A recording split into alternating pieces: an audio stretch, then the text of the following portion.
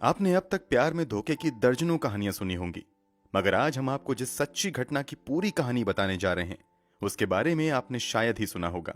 भले ही आज ये कहानी गुमनामी में है, मगर एक समय इस केस ने उत्तर प्रदेश के साथ साथ पूरे देश में सुर्खियां बटोरी थी। इस केस को तब का केएम नानावती केस भी करार दिया गया था।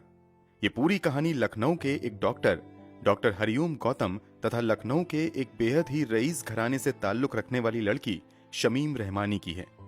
वही शमीम रहमानी जिसकी खूबसूरती की चर्चा उन दिनों पूरे लखनऊ में होती थी।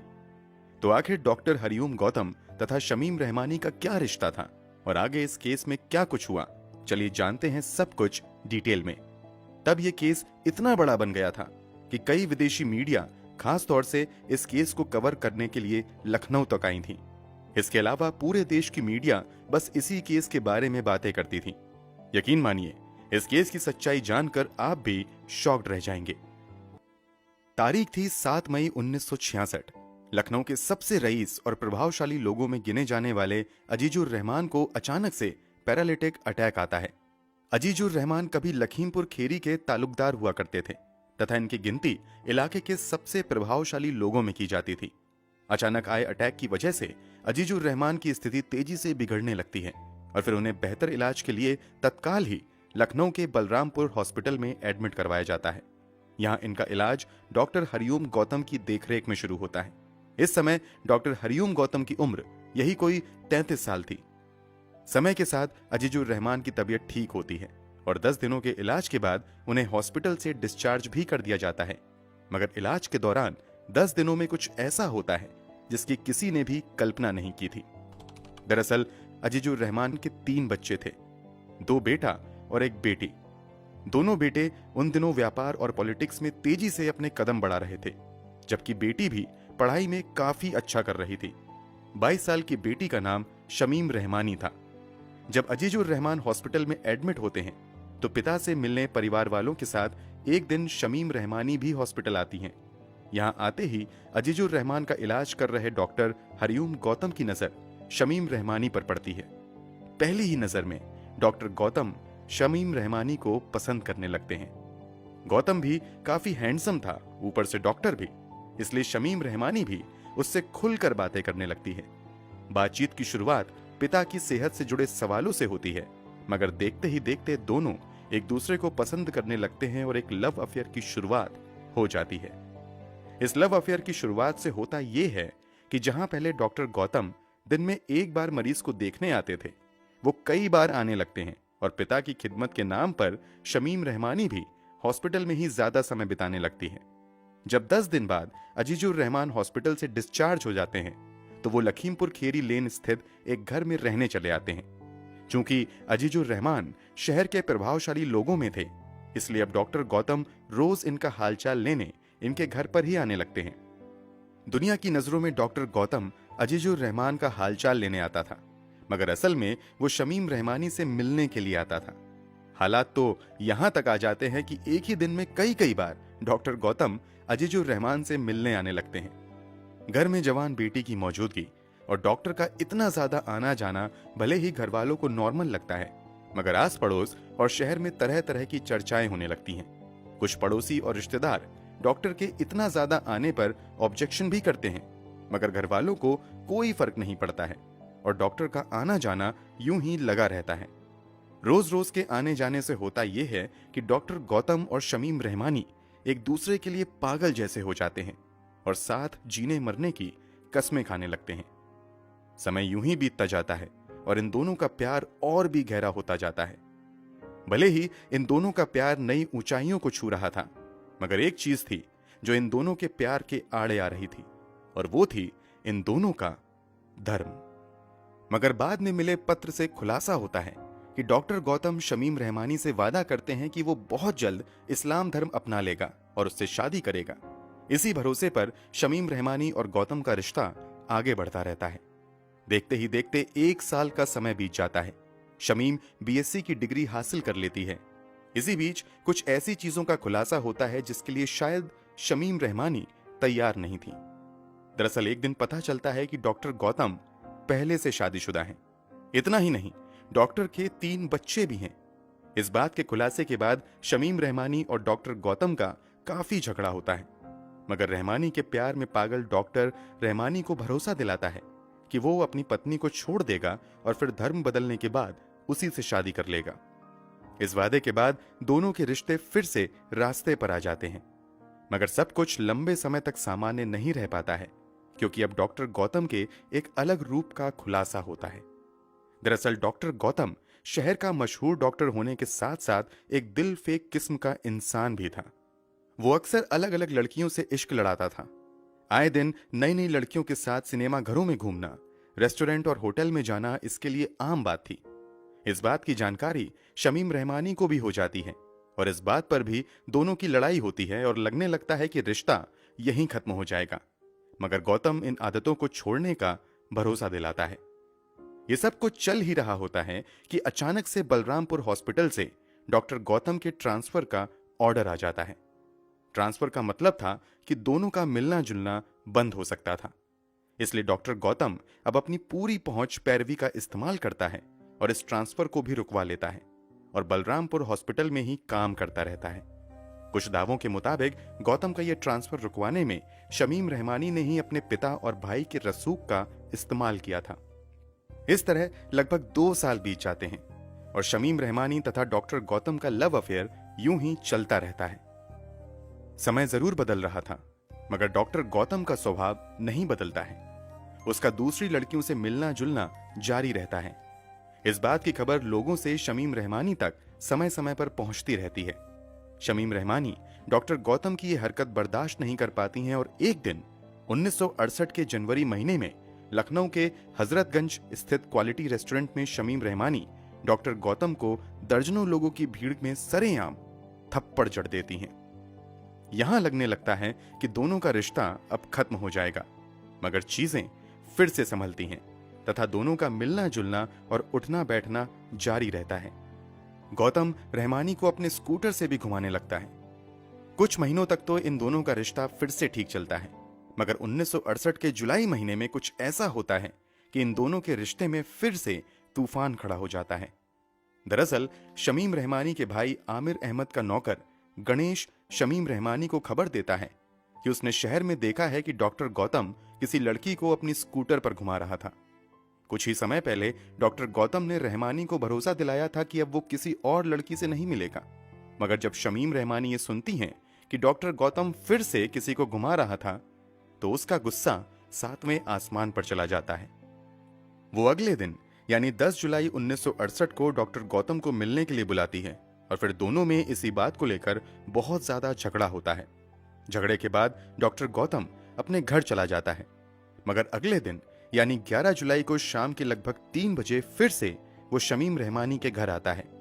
यहाँ इन दोनों में कुछ ऐसी बातें होती हैं कि अब लगने लगता है कि शमीम रहमानी और डॉक्टर गौतम का रिश्ता यहीं पर खत्म हो जाएगा।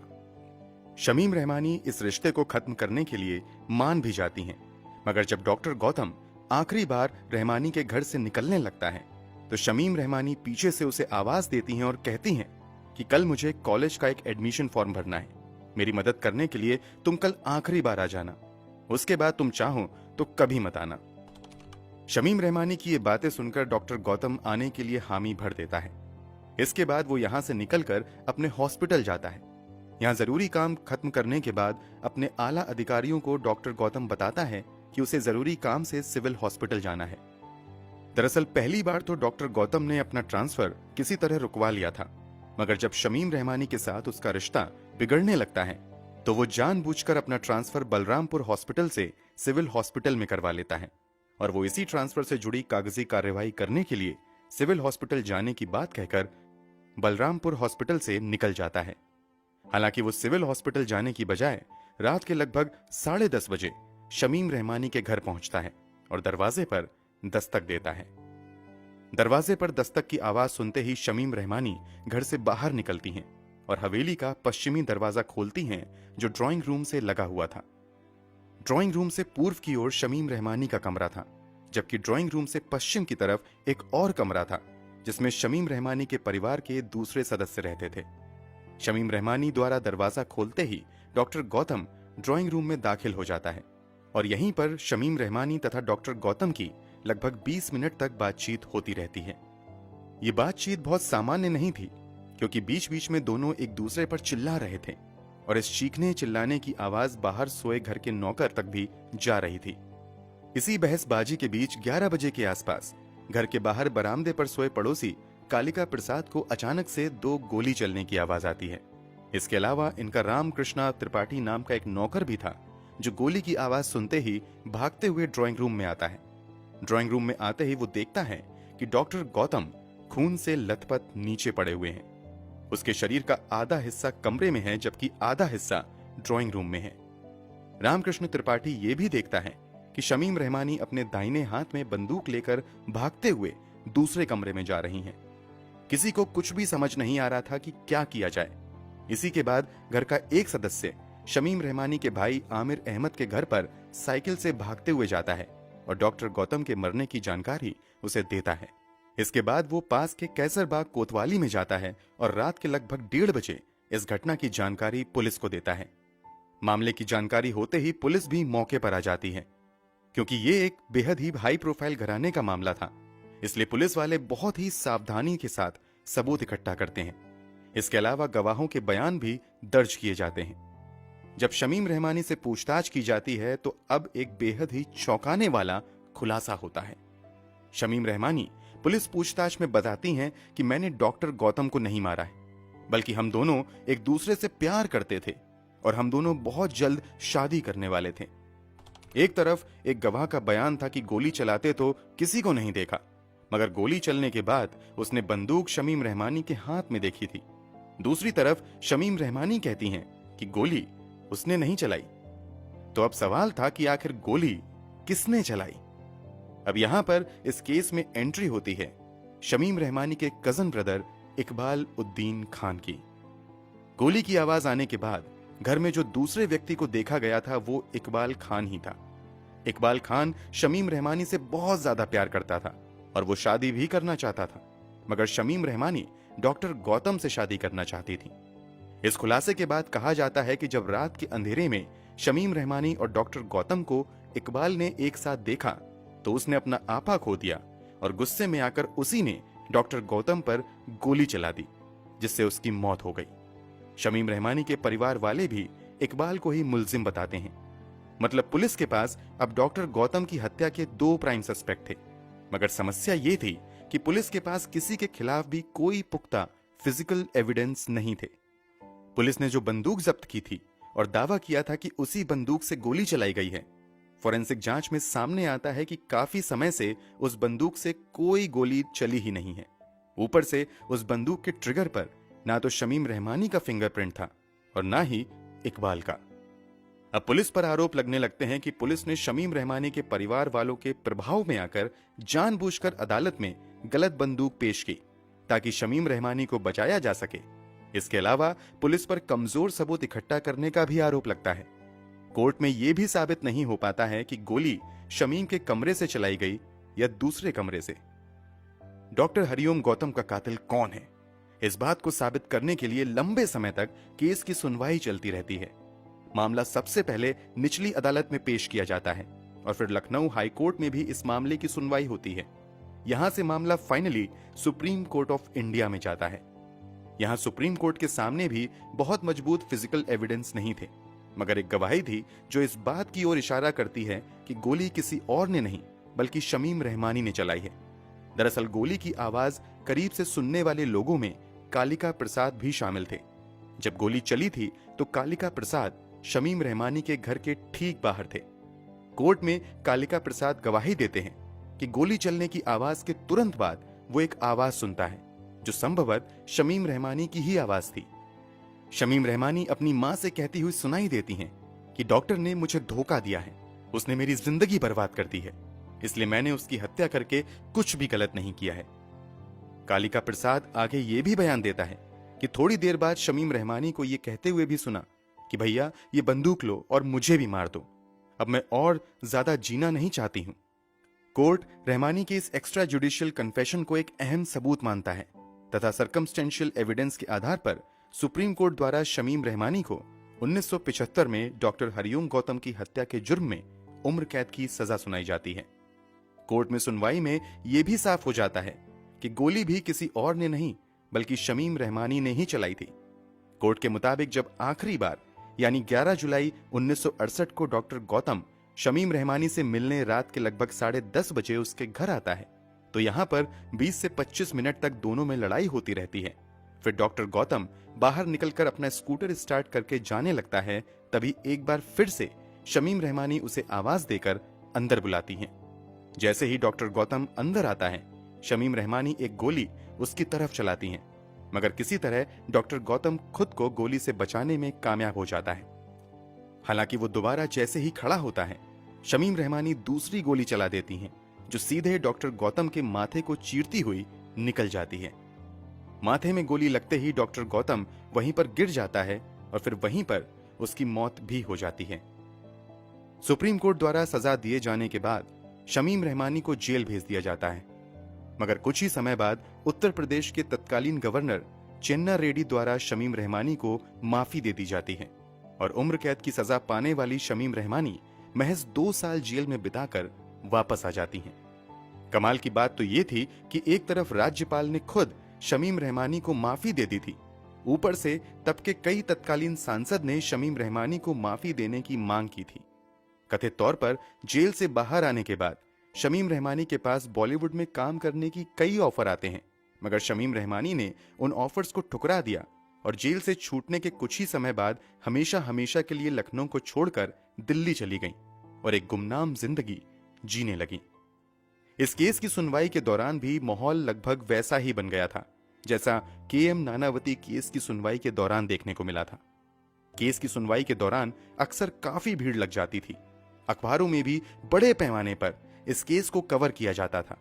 इसके अलावा विदेशी मीडिया ने भी इस केस में खूब इंटरेस्ट लिया था। लंबे अरसे तक शमीम रहमानी और डॉक्टर गौतम के प्यार के किस्से लखनऊ में चर्चा में रहे थे, मगर समय के साथ इस केस की चर्चा भी खत्म होती गई। दोस्तों, आपने कभी इस केस के बारे में पहले सुना था या नहीं? कमेंट करके जरूर बताएं। अगर आपको हमारी मेहनत पसंद आई हो तो इस वीडियो को लाइक करते हुए शेयर भी करें